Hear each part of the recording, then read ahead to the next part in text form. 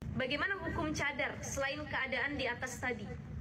Saat sholat, saat akad nikah, dan saat ihram. Kita udah tahu tadi ya, saat ihram harus dibuka, saat sholat makruh pakai cadar. Tetapi kalau dalam keadaan-keadaan genting ataupun ramainya para laki-laki, boleh dengan cara bisa mengkondisikan area sujud itu untuk terpenuhi gitu ya. Kemudian yang ketiga, pada saat akad nikah, dia tidak dibolehkan atau tidak sah kalau dia pakai cadar apabila saksinya tidak mengetahui siapa yang berada dalam cadar tersebut gitu ya. Nah sekarang bagaimana keadaan orang yang bercadar, hukum cadar selain keadaan tiga tadi? Pertama, mazhab Hanafi, Hambali dan sebagian mazhab Syafi'i mengatakan mubah pakai cadar. Mubah itu apa? Boleh, dikerjain boleh, ya, dikerjain nggak berpahala, ditinggalin juga nggak berdosa, itu mubah. Sama kayak makan, minum ya mubah, silahkan gitu ya. Yang kedua, dari Maliki, makruh. Ini perbedaan pendapat ulama ya Bu ya. Makruh artinya dibenci. Dan yang ketiga, sebagian ulama Syafi'i, nah dari ulama Syafi'i mengatakan bahwa bercadar itu hukumnya sunnah. Sunnah itu apa? Dikerjakan berpahala, ditinggalin nggak berdosa.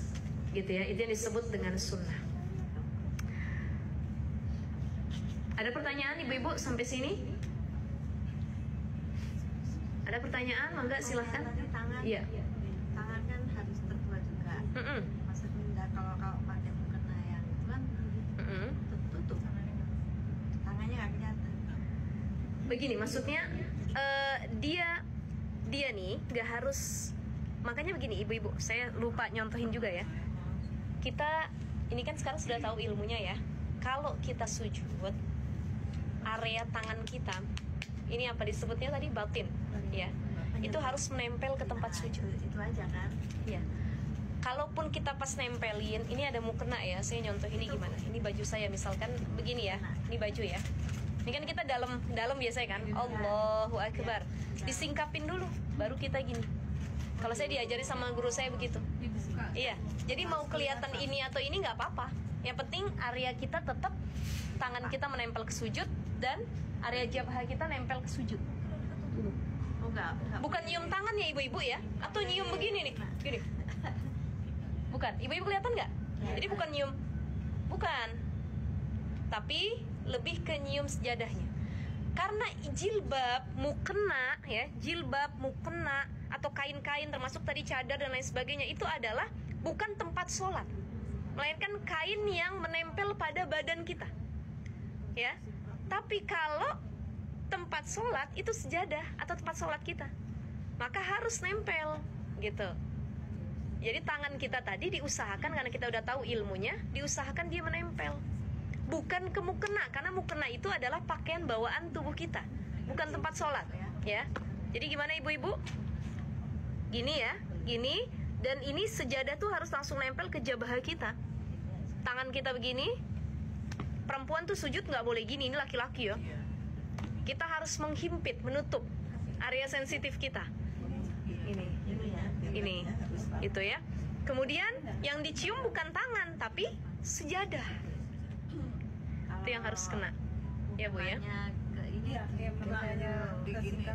Biasanya kalau saya, sebentar ya. Ada yang mau kena ya? Oh, wangi. Saya kalau langsung sholat pertama yang saya cium, oh wangi gitu ya. Karena kadang nggak seger Bu kalau kita sholat tuh bau air dan lain sebagainya gitu ya. Ini juga ibu-ibu sholat ini kan mukena ya, mukena. Ini harus diperhatikan, wajah yang harus tertutup. Wajah harus tertutup, jidatnya harus dilapangkan. Saya tutup dulu. Dagunya harus tertutup ya.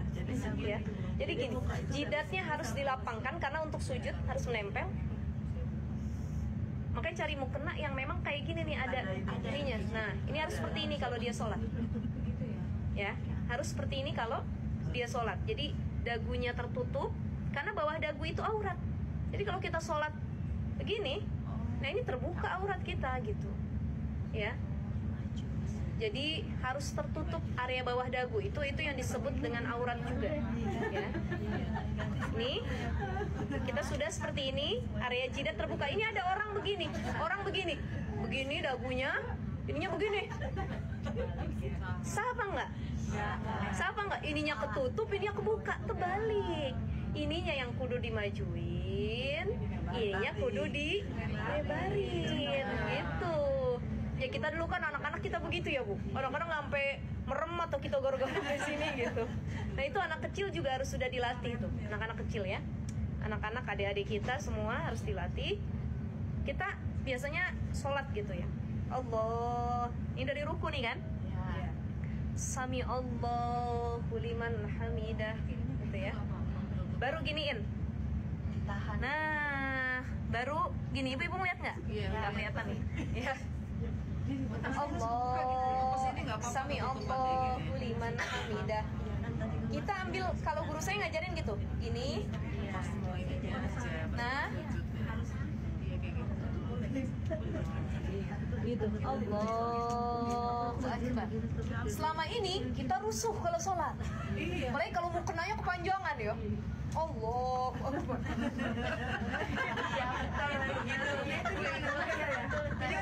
Dimaafkan karena kita belum tahu kan ilmunya. Padahal kan jidat kita nih harus menempel kepada area sujud. Kalau ini namanya bawaan pakaian, bawaan tubuh. Iya. Iya. Gini, walaupun ininya tertutup, nggak apa-apa. Yang penting tangan kita juga harus nempel. Misalkan begini ya, ibu-ibu. Ini kita dari ruku kan? Sami Allahu liman hamidah. Ketutup. Cuman kan tetap bawahnya kebuka kan? Di bawahnya tetap nempel kan? Ketutup. Kalau kita rusuh, Allah, malah dilebarin ininya. Allah. Soalnya males bau karpet. Apalagi kalau karpetnya bau kaki, ya, atau sejadahnya baunya tidak sedap. Nah itu biasanya ini gitu ya. Ini yang di online, Ustazah nggak kelihatan, kami nggak nampak katanya. Yang offline kelihatan gitu ya. Bagaimana nyontohinnya ya? Saya pegangin diturunin. Ya boleh di. Kasihan, mungkin mereka pengen tahu. Oh iya. Baik, ini biar kelihatan di sini aja ya. Jadi saya iniin aja nih ya buat teman-teman dulu. Jadi ini harus nempel ke sejadah gitu. Ya. Jadi bukannya kalau kita sholat kan biasanya Allahu Akbar, kita nyiumnya nyium kena kita ya, tertutup semuanya. Sedangkan ini pakaian bawaan kata para ulama.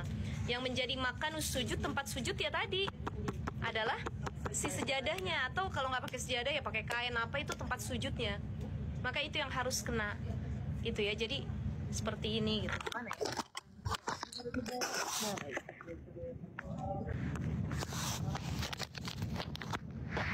Itu jadi itu seperti ini kan. Allahu Akbar. Tangannya nempel ya, mukanya juga nempel ke area sujud gitu. Sejadah bukan Allahu Akbar kan gitu. Kanan dan kiri harus bersatu.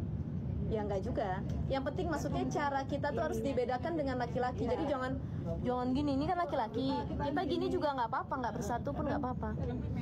Kalau gini yang kan kita mau sujud ada kagok gitu ya. Jadi juga ada jarak. Ada jarak, nggak apa-apa. Yang penting tidak menyerupai laki-laki kan. Seperti itu.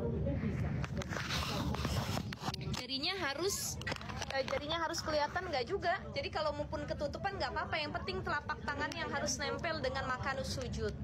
Kalaupun kebuka ya nggak apa-apa, karena ini sama ini bukan aurat. Yang aurat tuh dari pergelangan tangan ke atas itu aurat gitu. Nggak, maksudnya kalau ketutup nggak apa-apa. Nggak apa-apa. Karena kan kalau ini ketutup nggak boleh. Iya.